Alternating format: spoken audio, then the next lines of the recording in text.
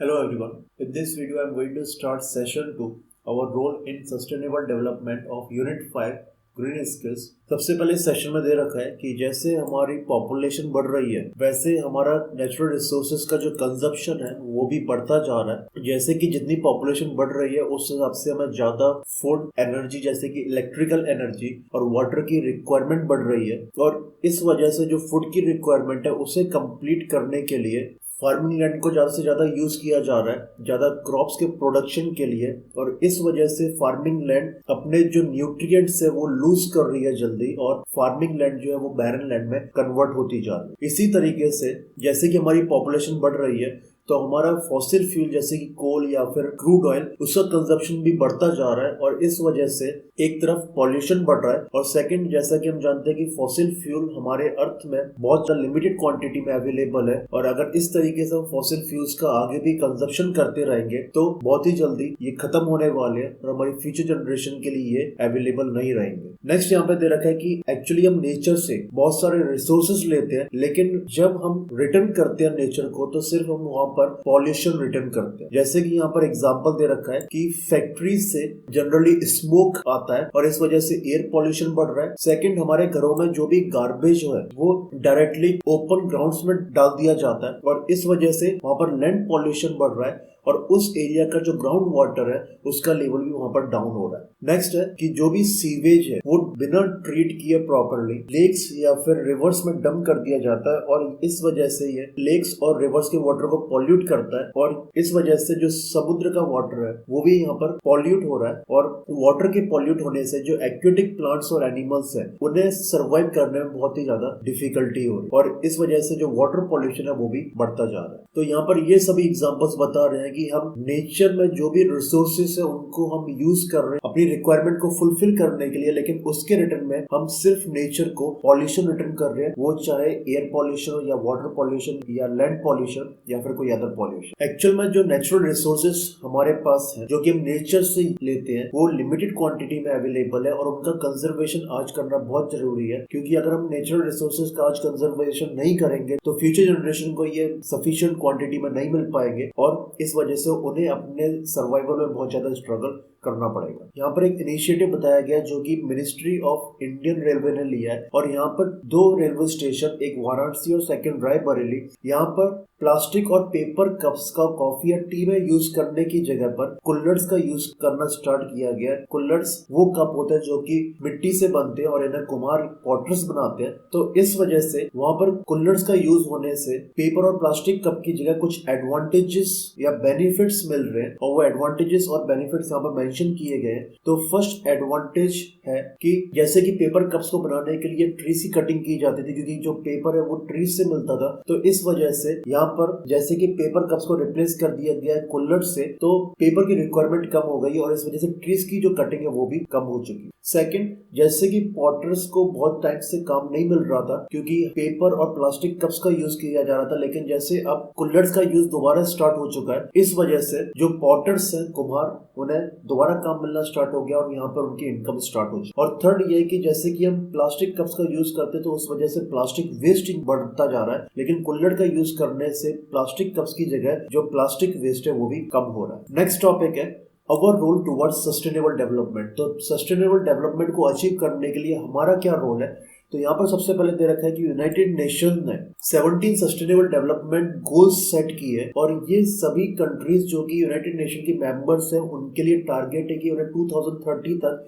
ये 17 sustainable development goals को achieve करना है, और इसके लिए सभी कंट्रीज जो यूनाइटेड नेशन की मेंबर्स हैं वो अपने कंट्री में रूल्स और रेगुलेशन सेट कर रहे हैं जिससे कि हर एक सिटीजन कंट्रीब्यूट कर सके इन 17 सस्टेनेबल डेवलपमेंट गोल्स को अचीव करने के लिए। और इस वजह से जो आज हमें प्रॉब्लम फेस करनी पड़ रही है जैसे कि एयर वाटर लैंड पॉल्यूशन ये कम हो सकता है और जो फ्यूचर जनरेशन है या और हमें भी फ्रेश एयर क्लीन वाटर और फर्टाइल लैंड यूज करने के लिए मिलती रहे। एक्चुअली सस्टेनेबल डेवलपमेंट अचीव करने के लिए गवर्नमेंट सिर्फ रूल्स एंड रेगुलेशंस को बना सकती है, लेकिन उन रूल्स एंड रेगुलेशंस को फॉलो करने के लिए सिटीजन का वहां पर एक बहुत ही ज्यादा इंपॉर्टेंट रोल है। और ये तभी पॉसिबल 17 सस्टेनेबल डेवलपमेंट गोल्स को अचीव करना जब किसी कंट्री का हर एक सिटीजन एक रिस्पॉन्सिबल बिहेवियर शो करेगा और अपने 100% एफर्ट्स देगा 17 सस्टेनेबल डेवलपमेंट गोल्स को अचीव करने के लिए। और यहाँ पर आगे सेशन में बताया गया है कि कैसे सिटीजन कंट्रीब्यूट कर सकता है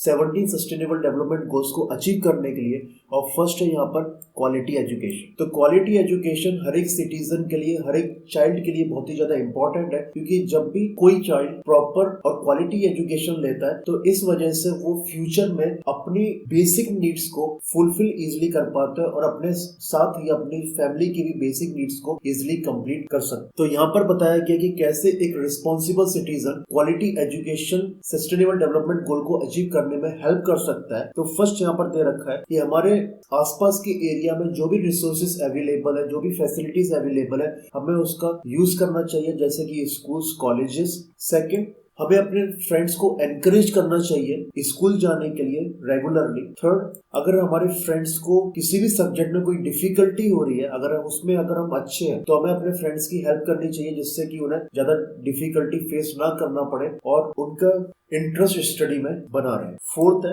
अगर कोई फ्रेंड सपोज किसी भी रीजन से, जैसे कि फाइनेंशियल या फिर किसी अदर रीजन से स्कूल को अगर छोड़ता है, तो हमें उसको एनकरेज करना चाहिए, उसके पेरेंट्स से बात करनी चाहिए, जिससे वो चाइल्ड स्कूल को ना छोड़े और अपनी स्टडी को कंटिन्यू कर सके। नेक्स्ट यहाँ पर एक क्लीन वाटर एंड सैनिटेशन। तो ये भी एक सस्टेनेबल डेवलपमेंट गोल है जो कि यूनाइटेड नेशन ने सेट किया है। तो सैनिटेशन एक्चुअली यहाँ पर फोकस किया गया है ह्यूमन वेस्ट पर, जो कि है एक्सक्रीटा और यूरिन। तो इसके लिए इंडियन गवर्नमेंट बहुत ही ज्यादा एफर्ट्स लगा रही है और कोशिश कर रही है कि जो ह्यूमन वेस्ट है वो ओपन एरिया में ना रहे, जिससे कि इससे जो डिसीजेस होती है वो खत्म हो सके और जो लोग हैं आसपास के एरिया में वो एक हेल्दी लाइफ जी सके। और सेकंड है क्लीन वाटर। तो जैसे कि हम जानते हैं कि बहुत सारी इंडस्ट्रीज, फैक्ट्रीज जो कि रिवर के साइड में है, रिवर के पास है, वो डायरेक्टली अपना वेस्ट रिवर्स में डंप कर देती है और इस वजह से रिवर का जो वाटर है वो पॉल्यूट हो रहा है और इस वजह से फ्यूचर में हो सकता है कि हमें क्लीन वाटर ना मिले और एक्वेटिक एनिमल्स और प्लांट्स को भी बहुत ही ज्यादा डिफिकल्टी फेस करना पड़े अपने सर्वाइवल के लिए। तो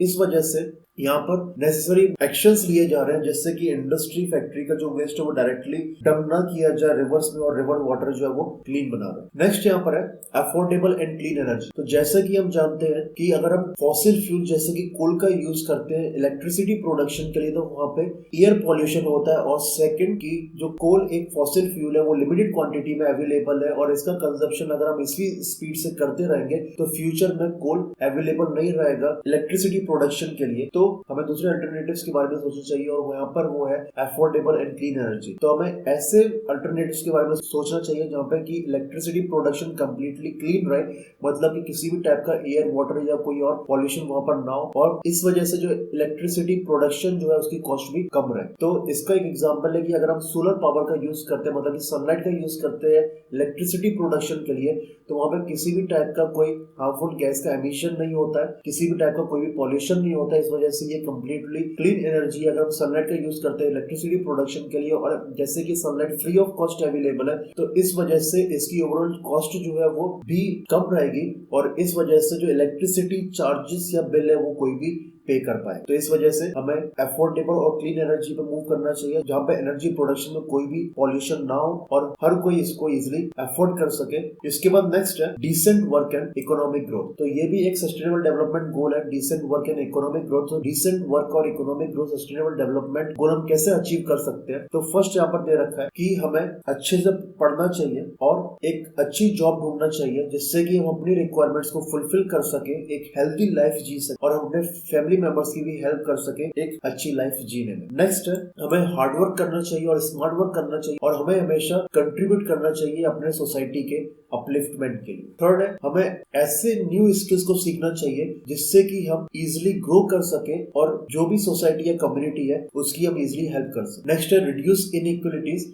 तो हम इनइक्वालिटीज को कैसे कम कर सकते हैं? तो जैसे कि हम देखते हैं कि कास्ट या फिर रिलीजन या कैटेगरी के बेसिस पे बहुत ही ज्यादा इनइक्वलिटीज रहती है, तो ये इनइक्वलिटीज को हमें कम करना चाहिए। तो यहाँ पे फर्स्ट दे रखा है कि इनइक्वलिटीज को हम कम कर सकते हैं दूसरों की हेल्प करके, दूसरों से फ्रेंडली रिलेशन रख के। और थर्ड है, हम सभी को इन्वॉल्व कर सकते हैं डिफरेंट वर्क्स में और डिफरेंट गेम्स में, जिससे कि उन्हें इक्वल फील हो। और हमें सबकी हेल्प करनी चाहिए, चाहे वो एक अच्छे बैकग्राउंड से बिलोंग करता हो या फिर एक बैकवर्ड एरिया से बिलोंग करता हो, या फिर वो गर्ल हो या फिर बॉय हो या फिर वो किसी भी कास्ट का हो, हमें सबकी हेल्प करना चाहिए, हमें सबसे फ्रेंडली बिहेवियर रखना चाहिए। नेक्स्ट है सस्टेनेबल सिटीज एंड कम्युनिटीज। तो ये भी एक सस्टेनेबल डेवलपमेंट गोल है जिसको हमें अचीव करना है। तो इस गोल को हम कैसे अचीव कर सकते हैं? तो फर्स्ट ये कि हमें हमेशा कोशिश करना चाहिए कि हम एनर्जी को सेव कर सके। जैसे कि अगर कोई भी इलेक्ट्रिक अप्लायंस ऑन है, अगर उस टाइम पे अगर सपोज इस इलेक्ट्रिक अप्लायंस की रिक्वायरमेंट नहीं है तो हमें उसको ऑफ कर देना चाहिए। जैसे कि अगर किसी वेकेंट रूम में अगर फैन ऑन है तो उस फैन को हमें ऑफ करना चाहिए, जिससे कि हम इलेक्ट्रिसिटी को सेव कर सकते हैं। इसी तरीके से ट्रैफिक लाइट्स पे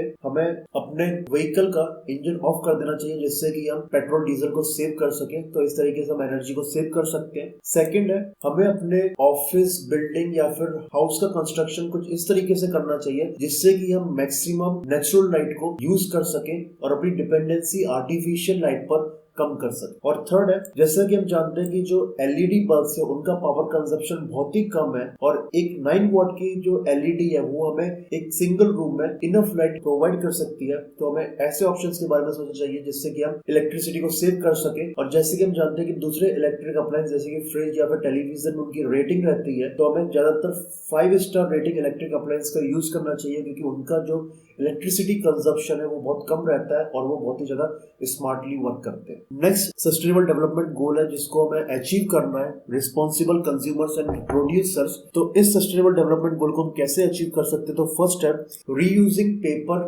ग्लास, प्लास्टिक, वाटर एक्सेट्रा। तो हमें रीयूज करना चाहिए पेपर, ग्लास, प्लास्टिक, वाटर, जिससे कि हम इनका वेस्टेज कम कर सके। और सेकंड है कि हमें ज्यादातर क्लोथ बैग्स का यूज करना चाहिए, ना कि प्लास्टिक बैग्स का, क्योंकि क्लोथ बैग्स की लाइफ ज्यादा रहती है। और सेकंड, ये बायोडिग्रेडेबल होते हैं, तो जब इनको यूज नहीं करना चाहते हैं तो हम इसको छोड़ सकते हैं। और क्योंकि ये बायोडिग्रेडेबल होते हैं तो ये ऑटोमेटिकली डिकम्पोज हो जाते हैं और वहां पर ये सॉइल की फर्टिलिटी को भी इम्प्रूव करते हैं। हमें डोनेट करना चाहिए कुछ चीजों को जिनको हम यूज नहीं करना चाहते हैं, जैसे clothes, books, furnitures, food etcetera, क्योंकि बहुत सारे लोग ऐसे हैं जिनको इनकी बहुत ज्यादा रिक्वायरमेंट है, तो उनकी रिक्वायरमेंट फ्री में फुलफिल हो सकती है और यहाँ पर हमारा भी इस तरीके से कोई भी लॉस नहीं होगा। नेक्स्ट है, हमें सीजनल फ्रूट्स, वेजिटेबल्स को ज्यादा प्रेफरेंस देना चाहिए, क्योंकि सीजनल फ्रूट्स, वेजिटेबल्स जब हम लेते हैं तो वहां पर हमें ज्यादा न्यूट्रिएंट्स मिलते हैं। और सेकंड, जो लोकल ग्रोवर्स होते हैं, लोकल फार्मर्स होते हैं, उनको भी यहाँ पर डायरेक्ट बेनिफिट मिलता है। नेक्स्ट है कि जब भी हम नोटिस करते हैं कि कोई अगर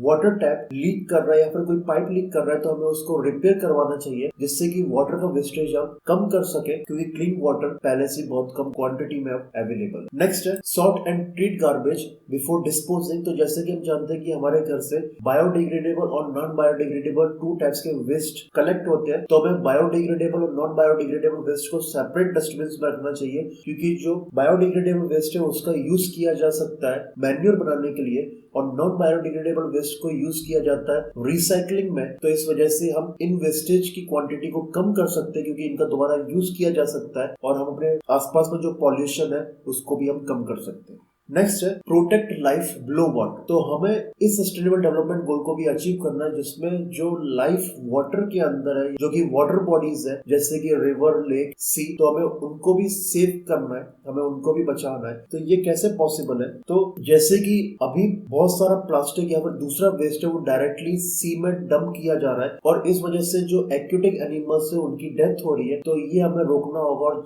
अगर हम इसको कम्प्लीटली रोक लेंगे तो जो एक्वेटिक एनिमल्स से उनकी डेथ नहीं होगी, वो इजिली सर्वाइव कर पाएंगे सी में या फिर वाटर बॉडीज। नेक्स्ट है प्रोटेक्ट लाइफ ऑन लैंड। तो हमें जो लैंड पर लाइफ है उसको भी प्रोटेक्ट करना है, और इसका एक बिल्कुल बेस्ट सॉल्यूशन है कि हमें ज्यादा से ज्यादा प्लांटेशन करना चाहिए, क्योंकि पहले से जो बहुत ही ज्यादा ट्रीज की कटिंग हुई है, इस वजह से बहुत ही ज्यादा उसके सीवियर इफेक्ट्स हमें देखने पड़ रहे हैं, जैसे कि सॉइल इरोजन। और सॉइल इरोजन में जो सॉइल की जो टॉप फर्टाइल लेयर है वो ऑटोमेटिकली वेनिश होती जा रही है, और जो लैंड है वो कम्प्लीटली ड्राई हो रही है, और इस वजह से वो लैंड को हम यूज नहीं कर पा रहे हैं फार्मिंग पर्पस में। और सेकंड ये कि जब हम ट्रीज की कटिंग कर रहे हैं तो इस वजह से एयर पॉल्यूशन भी इंक्रीज हो रहा है, क्योंकि ट्रीज इनफ नंबर में अवेलेबल नहीं है कार्बन डाइऑक्साइड को ऑक्सीजन में कन्वर्ट करने के लिए, जैसे कि हमारी पॉपुलेशन इंक्रीज हो रही है तो कार्बन डाइऑक्साइड का लेवल कंटिन्यूसली इंक्रीज होता जा रहा है। तो इन सभी प्रॉब्लम्स को सॉल्व करने के लिए हमारे पास एक सिंपल सॉल्यूशन है कि हमें ज़्यादा से ज़्यादा प्लांटेशन करना चाहिए, जिससे कि एनिमल्स का जो नेचुरल हैबिटेट है वो कंजर्व रहे।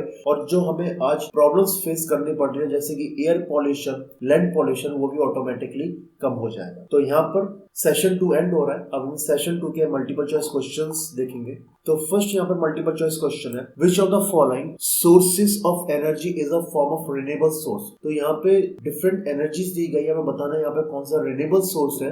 तो यहाँ पर फर्स्ट आंसर है सोलर एनर्जी, जो कि एक रिन्यूएबल सोर्स है जिसको हम बार बार यूज कर सकते हैं। और यहाँ पर वुड, कोल एंड पेट्रोल, ये तीनों non renewable sources of energy. Next है, choose the option which is not a sustainable development goal according to United Nation. तो यहाँ पर सस्टेनेबल डेवलपमेंट गोल्स दिए गए और हमें बताना है कि इनमें से कौन सा यूनाइटेड नेशन ने सस्टेनेबल डेवलपमेंट गोल मेंशन नहीं किया है। तो यहाँ पर ऑप्शन सी है पॉपुलेशन। तो सस्टेनेबल डेवलपमेंट गोल्स जो कि 17 है, उसमें पॉपुलेशन के बारे में कुछ भी मेंशन नहीं किया है। तो सेकंड क्वेश्चन का करेक्ट आंसर है पॉपुलेशन। तो यहाँ पर ये यूनिट 2 ग्रीन स्किल्स एंड हो रहा है। नेक्स्ट चैप्टर एम्प्लॉयबिलिटी स्किल्स का मैं नेक्स्ट वीडियो में स्टार्ट करूंगा। तो अब इस वीडियो को मैं यहाँ पर एंड करने जा रहा हूँ।